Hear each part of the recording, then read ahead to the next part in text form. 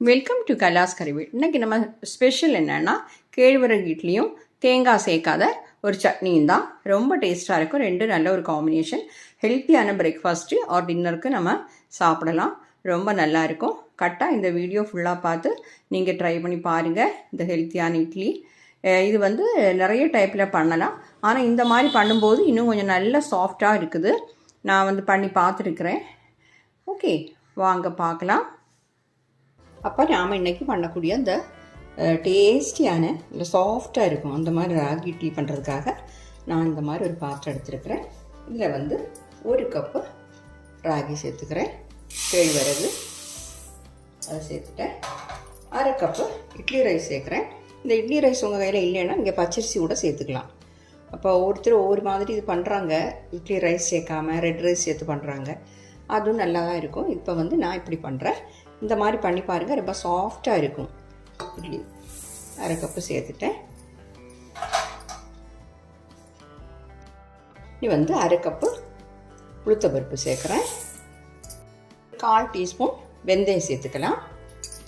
இது இல்லாமல் சேர்த்துட்டு நம்ம நல்லா வாஷ் பண்ணிட்டு வந்துடுறேன். ஏன்னா இந்த கேழ்வரகு எல்லாம் நல்லா அழுக்கு இருக்கும். அதனால் நல்ல நீட்டாக வாஷ் பண்ணிடலாம். இது எல்லாமே நல்லா வாஷ் பண்ணிட்டு வந்துட்டேன்.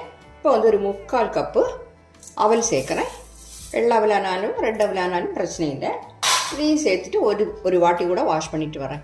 எல்லாத்தையுமே நல்லா வாஷ் பண்ணிவிட்டேன். இது முங்குற அளவுக்கு தண்ணி சேர்த்துடலாம். அரிசியெல்லாம் நல்லா ஊறணும். அதனால் கொஞ்சம் தண்ணி நிறையா சேர்த்துக்கோங்க. ஓகே, இப்போ தண்ணி நிறைய சேர்த்துருக்குறேன். இது ஒரு 6 மணி நேரத்துலேருந்து 8 மணி நேரம் ஆனாலும் பிரச்சனை இல்லை. ஒரு 4 மணி மினிமம் ஒரு 4 மணி நேரமாவது ஊற வைக்கணும். ஓகே, 6 மணி 8 மணிக்கு ஆனாலும் பிரச்சனை இல்லை. ஊற வச்சா நல்லது தான். இப்போ இருக்கட்டும், மூடி வச்சிடலாம். இது நான் இப்போ ஒரு 6 மணி நேரத்துக்கு அப்புறம் மிக்ஸி ஜாரில் போட்டு நல்லா அரைச்சிடலாம். இது ஊற வச்சுக்கக்கூடிய தண்ணி வேஸ்ட் ஆகாது. அதை வச்சு தான் நம்ம அரைப்போம். ஓகே, ஏன்னா நம்ம கழுகிட்டு தானே இதை விட்டு வச்சுருக்கோம். அதனால் இந்த தண்ணியை வேஸ்ட் பண்ண வேண்டாம். ஓகே, ஊறட்டும். பாருங்கள், நம்ம ஊற வச்சு ஒரு 6 மணி நேரத்துக்கு மேலே ஆயிடுச்சு. நல்லா ஊறிடுச்சு பார்த்தீங்களா. இப்போ நாம் மிக்ஸி ஜாரில் 2 வாட்டியாக போட்டு அரைச்சி எடுத்துடலாம். இந்த தண்ணியை விட்டு அரைச்சிடலாம். அதில் ஃபைனாக அரைச்சிக்கோங்க.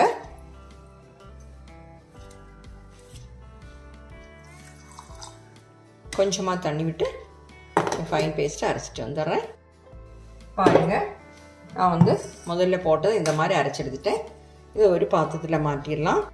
இப்போ நான் இதில் சேர்த்துட்றேன். பாருங்கள், இந்த மாதிரி அரைச்சி எடுத்துருக்கிறேன்.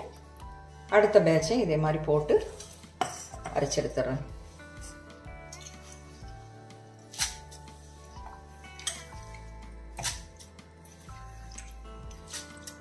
கொஞ்சமாக தண்ணி சேர்த்து அரைச்சிடலாம். ஓகே, பாருங்கள், அடுத்ததையும் நான் நல்லா அரைச்சி எடுத்துட்டேன். பாருங்கள், நம்ம அதை அரைச்சி எடுத்துட்டோம். இந்த மிக்ஸி ஜாரில் ஒரு 2 ஸ்பூன் தண்ணி விட்டு நான் எல்லாமே நம்ம ஊற வச்ச தண்ணி தான் இதுக்கு யூஸ் பண்ணியிருக்கேன். பார்த்தீங்களா, எல்லாத்தையுமா நல்லா யூஸ் பண்ணிடலாம். இந்த கேழ்வரகு நீங்கள் க்ளீன் பண்ணும்போது நல்லா நீட்டாக க்ளீன் பண்ணணும். அதில் நிறைய மண்ணெல்லாம் இருக்கும். என்னென்னா நல்ல குவாலிட்டியாக பார்த்து வாங்க. இப்போ நான் வாங்கினது நல்ல குவாலிட்டியில் தூசி ஒன்றுமே கிடையாது. அவ்வளோ நீட்டாக இருந்தது. இங்கே ஹை ரேஞ்சுன்னு சொல்லி இருக்கும். இந்த மில்லட்ஸ் எல்லாம் அந்த மாதிரி தான் நான் வாங்குறது. நல்லா இருக்கும். சாமை, அதே போல் லிட்டில் மில்லட்ஸ், அந்த இது தினைன்னு சொல்லுவாங்க, அது எல்லாமே நீட்டாக இருக்கும் இந்த பேக்கெட். அப்போ நான் நல்லா மிக்ஸ் பண்ணிவிட்டேன். இனி இதை மூடி வச்சுட்டு இப்போ சாயந்தரம் ஒரு 6 மணி ஆயிருக்குது. இதை மூடி வச்சு நம்ம குளிக்க வைக்கணும். நாளை காலையில் நம்ம இட்லி பண்ணலாம். ஓகே, இப்போ நாம் மாவு அரைச்சி வச்சு ராத்திரி முழுக்க இப்படி வச்சுருந்தோம் புளிக்கிறதுக்காக. இப்போ திறந்து பார்க்கலாம். பாருங்கள், பொங்கி எப்படி வந்திருக்குன்னு பாருங்கள். எப்போவுமே கொஞ்சம் பெரிய பாத்திரமாக வச்சுக்கோங்க. ஏன்னா அது பொங்குறதுக்கு இடம் வேணும் அதுக்குள்ளே. ஏன்னா எல்லாமே பொங்கி வெளியில் போயிடும். இப்போ நல்லா மிக்ஸ் பண்ணிக்கோங்க. நல்லா மிக்ஸ் பண்ணணும். ஒரு 2 நிமிஷம் எடுத்து மிக்ஸ் பண்ணாலும் பிரச்சனை இல்லை. நல்லா மிக்ஸ் பண்ணணும். ஓகே, இதில் கொஞ்சம் உப்பு சேர்த்துக்கலாம். உப்பை பார்த்து சேர்த்துக்கோங்க. நல்லா மிக்ஸ் பண்ணிடுறேன். இப்போ நான் அந்த மாவை நல்லா மிக்ஸ் பண்ணிவிட்டு இனி வந்து நம்ம இட்லி ஊற்றக்கூடிய இந்த இட்லி தட்டை எடுத்துருக்கிறேன். இதில் வந்து கொஞ்சமாக நம்ம ஆயில் க்ரீஸ் பண்ணிடலாம். கொஞ்சமாக ஆயில் சேர்த்து ப்ரஷ் இருந்தால் ப்ரஷ் வச்சு நீங்கள் எல்லாத்துலேயும் பரட்டிக்கோங்க. இல்லைன்னா நீங்கள் கை வச்சும் பண்ணலாம். என்கிட்ட 1-2 ப்ரஷ் இருந்தது, ஆனால் அது வந்து கொஞ்சம் ரிப்பேர் ஆகிட்டு எடுத்து போட்டுட்டேன். நீ வேறு வாங்கினா டிஷ்யூ பேப்பர் வச்சு தான் இப்படி பண்ணுறேன். ஓகே, கொஞ்சம் எண்ணெய் விட்டால் போதும். இந்த தட்டிலையும் நான் வச்சு யூஸ் பண்ணிடுறேன். நிறைய எண்ணெயெல்லாம் தேவையில்லை.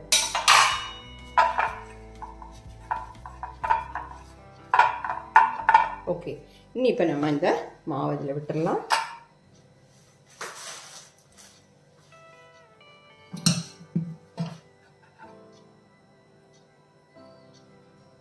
ஃபுல்லாக விட வேண்டாம், ஒரு 3/4 விட்டால் போதும். பாருங்க, இது மாதிரி நான் எல்லாத்துலேயுமே விட்டுறேன். ஒரு தட்டில் இப்படி விட்டுட்டேன். இனி அடுத்த தட்டிலையும் இதே மாதிரி மாவெல்லாம் ஊற்றலாம். 2 தட்டிலையும் நான் நிரப்பிட்டேன். இனி வந்து நம்ம வேக வைக்க வேண்டியதுதான். அதுக்காக நான் கேஸ் ஆன் பண்ணி ஒரு இட்லி வேக வைக்கக்கூடிய பாத்திரம் வச்சுருக்கிறேன். அதில் கொஞ்சம் தண்ணி விட்டுருக்கிறேன். தண்ணி கொதிக்கட்டும். இப்போ வந்து தண்ணி கொதிக்குது, நம்ம எடுத்து வச்சிடலாம்.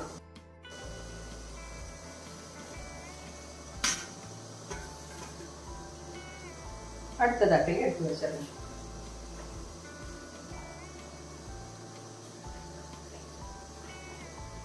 இப்போ வந்து இதை ஒரு மீடியம் ஃப்ளேமில் வச்சு நீங்கள் ஒரு 10 நிமிஷம் வேக வைக்கணும்.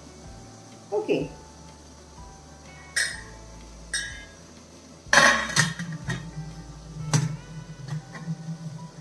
பத்து நிமிஷம் வேகட்டும். நாம் இது வேக வச்சு 10 நிமிஷம் ஆயிடுச்சு. ஃப்ளேம் ஆஃப் பண்ணிவிட்டு திறந்துடலாம். பாருங்கள், நல்லா வெந்துடுச்சு. இது வந்து நம்ம இதை வெளியில் எடுத்து கொஞ்சம் ஆற வச்சுட்டு நம்ம இதை மாற்றுறோம். ஒரு 5 நிமிஷம் ஆறட்டும். அப்போ அதுக்கு நாம் ஒரு சட்னி பண்ணலாம். 2 ஸ்பூன் தேங்காய் எண்ணெய் சேர்க்குறேன்.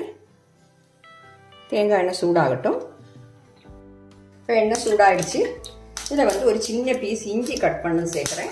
ஒரு டீஸ்பூன் அளவு தான் இருக்கும் கட் பண்ணதுக்கப்புறம். ஒரு 10 பல் பூண்டு சேர்க்குறேன். சின்னதாக வதக்கி விட்டுடலாம்.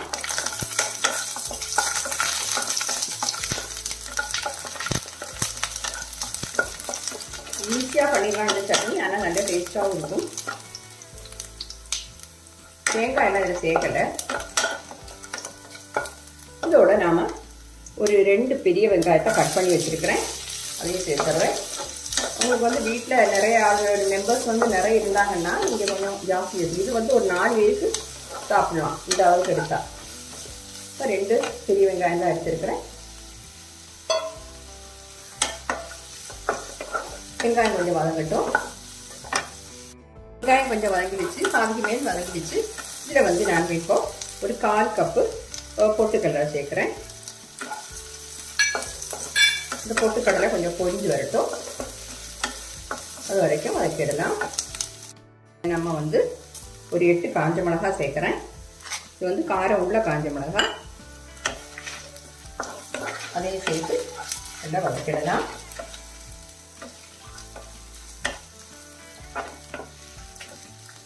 எல்லாமே மீடியம் ஃப்ளேமில் வச்சு பண்ணிக்கோங்க. போதும், நான் ஃப்ளேம் ஆஃப் பண்ணுறேன். இனி வந்து இதில் நாம் கொஞ்சமாக புளி, கொஞ்சம் தான், இவ்வளோதான் இருக்குது புளி, அதையும் சேர்த்துடலாம்.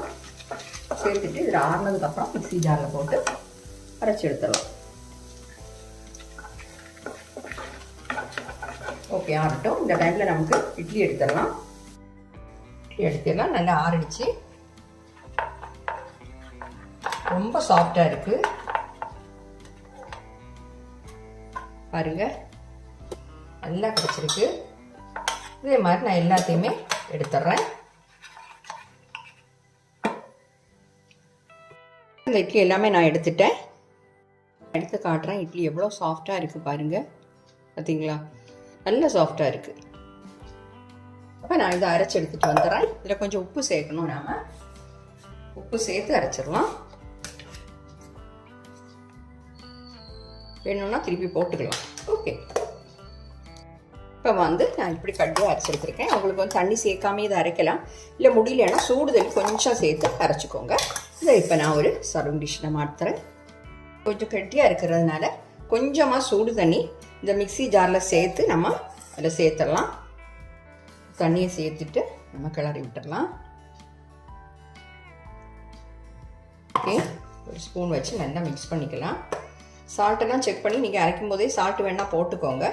நான் கொஞ்சமாக சால்ட்டு போட்டேன். அதில் கூட நாம் வந்து தாளித்து சேர்த்துடலாம். கடுகு, உளுத்தப்பருப்பு, கறிவேப்பிலை, காஞ்ச மிளகாய் இவ்வளவும் போட்டு தாளிச்சிருக்கேன். அதையும் சேர்த்துட்றேன். பாருங்கள், அருமையான தேங்காய் சேர்க்காத சட்னி சூப்பராக ரெடி ஆகிடுச்சு. நான் சொன்ன மாதிரி நீங்கள் காரம் வந்து நார்மலாக தான் இருக்குது. இந்த காரம் உள்ள மிளகா தான் நான் சேர்த்துருக்கிறேன். இந்த இட்லிக்கு வந்து இந்த சட்னி ரொம்ப சூப்பராக இருக்கும். ஓகே, பாருங்கள், இந்த சட்னி வந்து நம்ம தேங்காய் சேர்க்காம தான் பண்ணியிருக்கோம். சீக்கிரமாக பண்ணிடலாம். இப்படி பண்ணும்போது சீக்கிரமாக கெட்டு போகவும் செய்யாது. ஏன்னா நம்ம சூடு தண்ணி சேர்த்து தான் அரைச்சிருக்கிறோம். எல்லாமே நல்லா வதக்குனதுக்கு அப்புறம் தான் அரைச்சிருக்கிறோம். அதனால் சீக்கிரமாக கெட்டு போகாது. கட்டாயம் நீங்கள் ட்ரை பண்ணி பாருங்கள். இட்லி, தோசை எல்லாத்துக்கும் கூட சாப்பிட்லாம். நம்ம இப்போ இட்லி பண்ண அந்த ராகி பின்ன இந்த பேட்டரி இருக்கே, அதாவது இந்த கேழ்வரகு மாவு, அதை வச்சு நமக்கு தோசையும் பண்ணலாம். ஓகே, இப்போ நீங்கள் எல்லாருமே இதை ட்ரை பண்ணி பாருங்கள். அப்போ பாருங்கள், நம்ம சாஃப்டான சூப்பரான ராகி இட்லியும் அது மாதிரி தேங்காய் சேர்க்காம ஒரு சூப்பர் சட்னியும் ரெடி ஆகிடுச்சு. கரெக்டாக நீங்கள் இதை ட்ரை பண்ணி பார்த்து உங்கள் ஃபீட்பேக்கை தெரியுங்க. அப்போ என்னுடைய இந்த வீடியோ எல்லாருக்கும் பிடிச்சிருக்கும்னு நினைக்கிறேன். பிடிச்சிருந்தா தயவு பண்ணி என்னுடைய சேனல் இது வரைக்கும் நீங்கள் சப்ஸ்கிரைப் பண்ணலைன்னா சப்ஸ்கிரைப் பண்ணுங்கள். லைக் பண்ணவும், ஷேர் பண்ணவும், கமெண்ட் பண்ணவும் மறந்துடாதீங்க. அடுத்து நல்ல ஒரு ரெசிபியுமா மீண்டும் சந்திக்கலாம்.